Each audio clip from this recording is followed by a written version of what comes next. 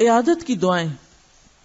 جب مریض کی عیادت کے لیے جائیں تو رسول اللہ صلی اللہ علیہ وسلم کی زبان مبارک سے نکلی ہوئی مندرجہ ذیل دعائیں اس کے حق میں کریں.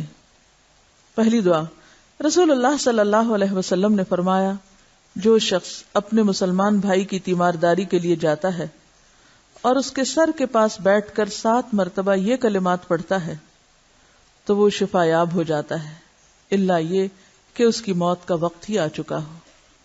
مریض کے لیے کیا دعا پڑھی جائے؟ اسأل اللہ العظیم رب العرش العظیم ان یشفیک، میں بزرگ و برتر اللہ عرش عظیم کے رب سے سوال کرتا ہوں کہ تجھے شفا سے نوازے. دوسری دعا، رسول اللہ صلی اللہ علیہ وسلم ایک اعرابی یعنی دیہاتی کی عیادت کے لیے تشریف لے گئے اور اس سے یہ کلمات کہے، لا بأس طہور انشاءاللہ، ڈرو نہیں، غم نہ کرو، اگر اللہ نے چاہا تو یہ بیماری پاک کرنے والی ہے.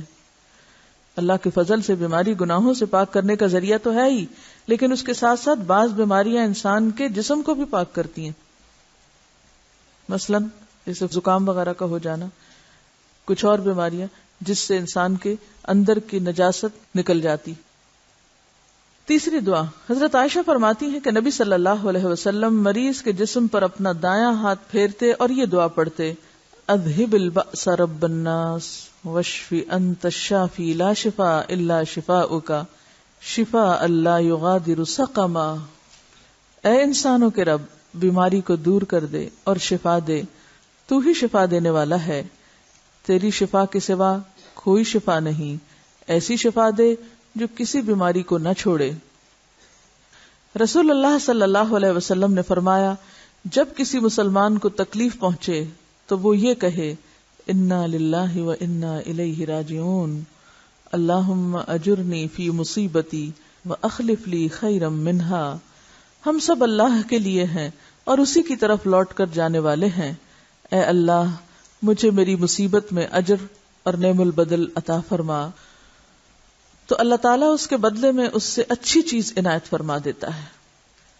چوتھی دعا، معوذات کا دم.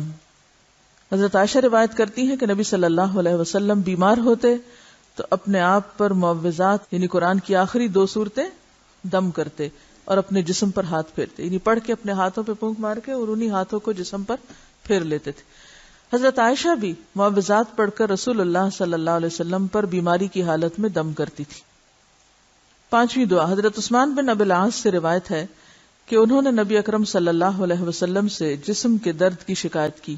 آپ نے فرمایا، اپنا ہاتھ درد کی جگہ پر رکھو، پھر 3 دفعہ بسم اللہ کہو اور 7 دفعہ یہ کلمات پڑھو، اعوذ بعزت اللہ و قدرتہ من شر ما اجد و احاذر. میں اللہ کے غلبے اور قدرت کے ساتھ پناہ مانگتا ہوں اس چیز کی برائی سے جو میں پاتا ہوں اور اس سے ڈرتا ہوں. حضرت عثمان فرماتے ہیں کہ میں نے اسی طرح کیا تو اللہ تعالیٰ نے میری تکلیف دور کر دی. چھٹی دعا، رسول اللہ صلی اللہ علیہ وسلم حضرت حسن اور حسین رضی اللہ عنہما کو ان الفاظ کے ساتھ دم کیا کرتے تھے، اعوذکما بکلمات اللہ التامۃ من شر کل شیطان وہامۃ ومن کل عین لامۃ.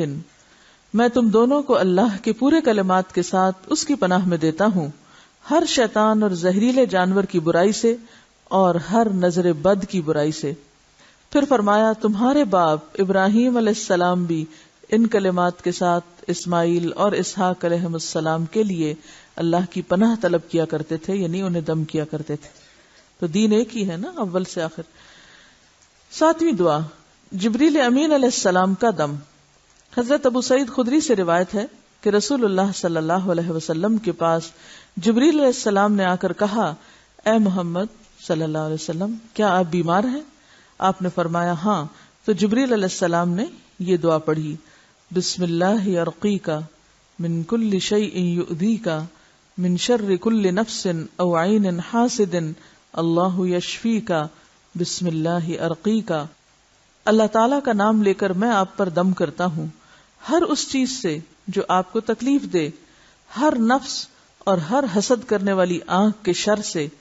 اللہ آپ کو شفا دے، میں اللہ کا نام لے کر آپ پر دم کرتا ہوں.